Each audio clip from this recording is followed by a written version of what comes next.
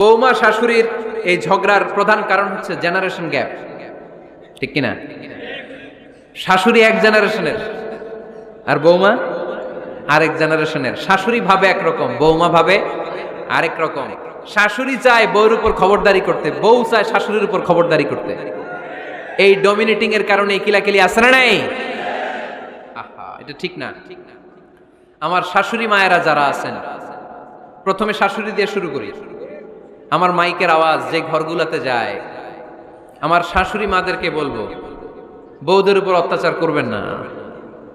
ছেলেরা প্রশ্ন করে, তোর কাছে তোর বউ বড় না আমি বড়? আছে না নাই? এটা একটা প্রশ্ন হইল। তোর বউ বড় না আমি বড়? দুইজনেই বড়।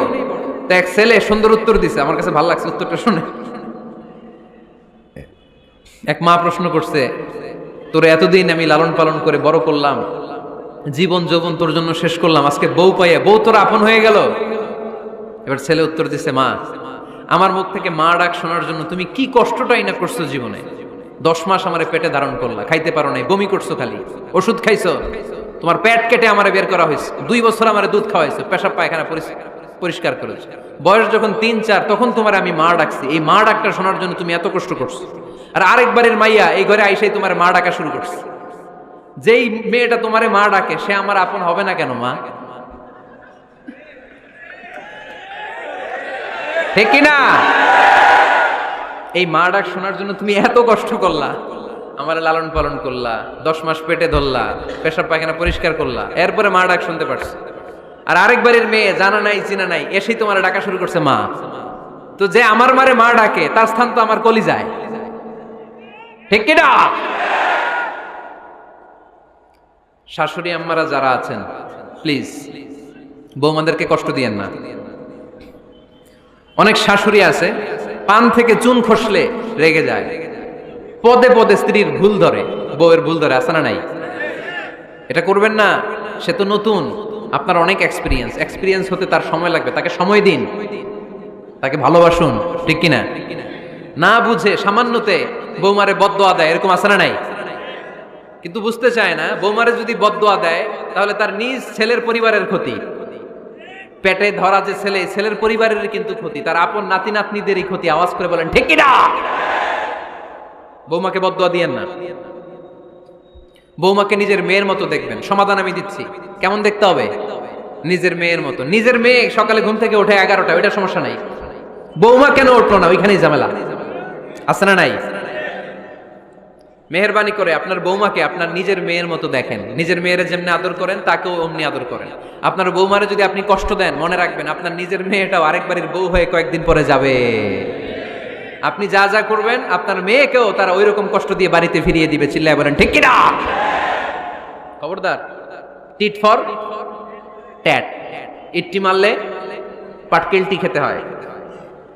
এজন্য শাশুড়ি আম্মা জানারা যারা আছেন, বৌমার সাথে খারাপ আচরণ করবেন না মেহেরবানি করে। তাকে আপনি কষ্ট দিলে আপনার নিজের মেয়েটাও আরেক বাড়ির বৌমা হবে, সেও ওই বাড়িতে এই কষ্টগুলো ভোগ করবে। এগুলো যখন আপনি শুনবেন তখন আপনার চোখ দিয়ে পানি পড়বে কি পড়বে না? পড়বে। এবার আসেন বৌমার কথা বলি। বৌমা যারা আছেন মেহেরবানি করে, বৌমা যারা আছেন মেহেরবানি করে আপনার শাশুড়ি আম্মাকে নিজের মায়ের জায়গায় রাখবেন। আপনার বাড়ি ছেড়ে নতুন বাড়িতে আসছেন, তো এটাই তো আপনার বাড়ি। আপনার মা রেখে দিয়ে নতুন মা পাইছেন, এটাই তো আপনার মা। তো ওনাকে মায়ের জায়গায় বসাতে আপনার সমস্যাটা কোথায়? বৌমারা খেয়াল রাখবেন, আপনি আপনার শাশুড়ির সাথে যে আচরণটা করতেছেন, আপনার শেষ বয়সে আপনার ছেলের বিয়ে দেওয়ার পরে যে বৌমাটা আসবে ওই আচরণই আপনাকে ফিরিয়ে দিবে। The nature has its own return. প্রকৃতির একটা মাইর আছে, এটা শেষ মাইর, এটা শেষ খেলা। প্রকৃতির খেলা বড় খেলা। আপনি আপনার শাশুড়ির সাথে যে আচরণ করবেন, আপনার শেষ বয়সে আপনি একদিন শাশুড়ি হবেন, এটা মাথায় রাখবেন। ওই আচরণই আপনি ফিরে পাবেন। আওয়াজ করে বলতে হবে ঠিক কিনা? এজন্য 9 নম্বর পয়েন্টস হচ্ছে মিউচুয়াল রেসপেক্ট। সবাই যেন সবাইকে ভালোবাসি। দোষ ছাড়া মানুষ নাই, সবার দোষ আছে। আমরা যেন একে অন্যের দোষ না খুঁজি।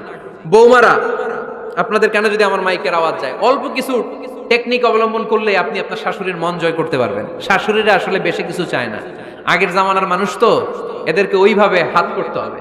মাঝে মাঝে একটু শাশুড়ির মাথায় তেল দিয়ে দেন, চুলে তেল দিয়ে দিবেন আর কি। মাঝে মাঝে চুল আশ্রে দিবেন, এগুলো কিন্তু খুব পছন্দ করে শাশুড়িরা। ওনার প্রেশারটা একটু মেপে দিবেন, ডায়াবেটিক্সের ওষুধটা খাইলো কিনা সময় মতো খোঁজ নেবেন, কি পছন্দ করে খেতে একটু রান্না করে দিবেন। যেই বক্তার ওয়াজ শুনতে পছন্দ করে ওই বক্তার ওয়াজগুলো ডাউনলোড করে শাশুড়ি আম্মাকে দিবেন, ইসলামী বই দিবেন। দেখবেন বয়স্ক নারীরা মাহফিল যেতে খুব পছন্দ করে, ওয়াজ শুনতে খুব পছন্দ করে, নবীদের কাহিনীগুলো শুনতে পছন্দ করে। বসায় বসায় একটু কাহিনীগুলো শোনাবেন। বাইরে বেরোলে জিজ্ঞেস করেন, আম্মা আপনার কিছু লাগবে কিনা। আরেকটা টিপস আছে, চুল যখন আশ্রাবেন আর শাশুড়ির মাথায় যখন তেল দিয়ে দিবেন তখন অতীতের কথা জিজ্ঞেস করেন, দেখবেন অতীতের স্মৃতিতে হারিয়ে গিয়েছে আপনার শাশুড়ি। কি জিজ্ঞেস করবেন জানেন? জিজ্ঞেস করবেন, আম্মা জান মুক্তিযুদ্ধের সময় আপনার বয়স কত ছিল? ওই সময় মুক্তিযুদ্ধের সময় আপনাদের এলাকায় কি কি হয়েছিল মা? আরেকটা প্রশ্ন করবেন, মা বিয়ের সময় আপনি কেমন ছিলেন? ওই দিন দেখবেন বুড়ি আর বুড়ি নাই, জুয়ান হয়ে গেছে। ওই দিন বলবে, মা আমি অনেক সুন্দরী ছিলাম, আমার মাথায় অনেক চুল ছিল, আজকে নাই। আমগো গ্রামে আমার সাথে সুন্দরী মাইয়া ছিল না। অতীতের স্মৃতিতে স্মৃতি হাতড়াতে হাতড়াতে তিনি হারিয়ে যাবেন। জিজ্ঞেস করবেন যে, মা শীতকালে আপনাদের দেশে কি পিঠা বানাতেন আপনি যখন ছোট ছিলেন, আপনার বাপ চাচারা কি করতো? এগুলো জিজ্ঞেস করলে উনি স্মৃতির পাতা হাতড়াতে হাতড়াতে চোখ দিয়ে দাঁড় দাঁড় করে ওনার পানি ঝরতে শুরু করবে। আপনার জায়গায় ওনার হৃদয়ের মনি কোঠায় এমন জায়গায় পৌঁছবে আপনার ছাড়া উনি কিছুই বুঝবে না। বৌমারা এই অল্প কিছু টিপস অবলম্বন করে আপনারা আপনাদের শাশুড়ির মনকে জয় করতে পারেন। শাশুড়ি বৌমার দ্বন্দ্ব আমরা চাই না। আমরা চাই শাশুড়ি বৌমাকে নিজের মেয়ের মতো জানো, আর বৌমা শাশুড়িকে আপন মায়ের মতো ভালোবাসুক, ঠিক কিনা? এই মিউচুয়াল রেসপেক্টই পারে শাশুড়ি বৌমার দ্বন্দ্বকে দূর করতে আর ঘরটারে শান্তি টুকরা বানাতে। আওয়াজ করে বলেন ঠিক কিনা? কয়টা গেল? আর আছে কয়টা? দোয়া করবেন একে অপরের জন্য। দোয়া সাইয়েদনা ইব্রাহিম ফ্যামিলির জন্য দোয়া করতেন, রব্বি জাআলনি মুকিমাস সালাতি ওয়া মিন যুররিয়াতি রব্বানা ওয়া তাকাব্বাল দুআ। ও আল্লাহ আপনি আমার নামাজ কায়েমকারী বানান, আমার কলিজার টুকরা সন্তান ইসমাইলকেও নামাজ কায়েমকারী বানান, আমার দোয়াটা আপনার দরবারে আপনি কবুল করে নেন। সুবহানাল্লাহ পড়েন। রব্বানা ইন্নী আসকানতু মিন যুররিয়াতি বিওয়াদিন গায়রি যী যারইন ইনদা বাইতিকাল মুহাররাম।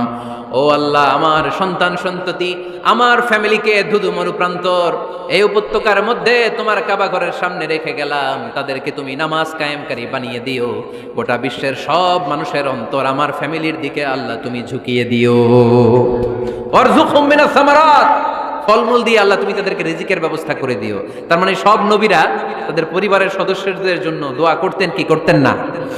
আবার কোরআন আমাদেরকে শিখালো, রব্বানা হাব লানা মিন আজওয়াজিনা ওয়া মিন যুররিয়াতিনা কুররাতা আ'য়ুন ওয়াজআলনা লিল মুত্তাকিনা ইমামা। ও আল্লাহ এমন নেককার সন্তান এমন নেককার স্ত্রী আপনি আমাকে দান করেন যাদের দিকে তাকালে আমার চোখ দুইটা ঠান্ডা হয়ে যায়। চক্ষু শীতলকারী স্ত্রী দেন। বিয়ে যাদের হয় নাই ইয়াং ছেলেরা এই দোয়াটা করবা, বিয়ের জন্য দোয়ার দরকার আছে না নাই?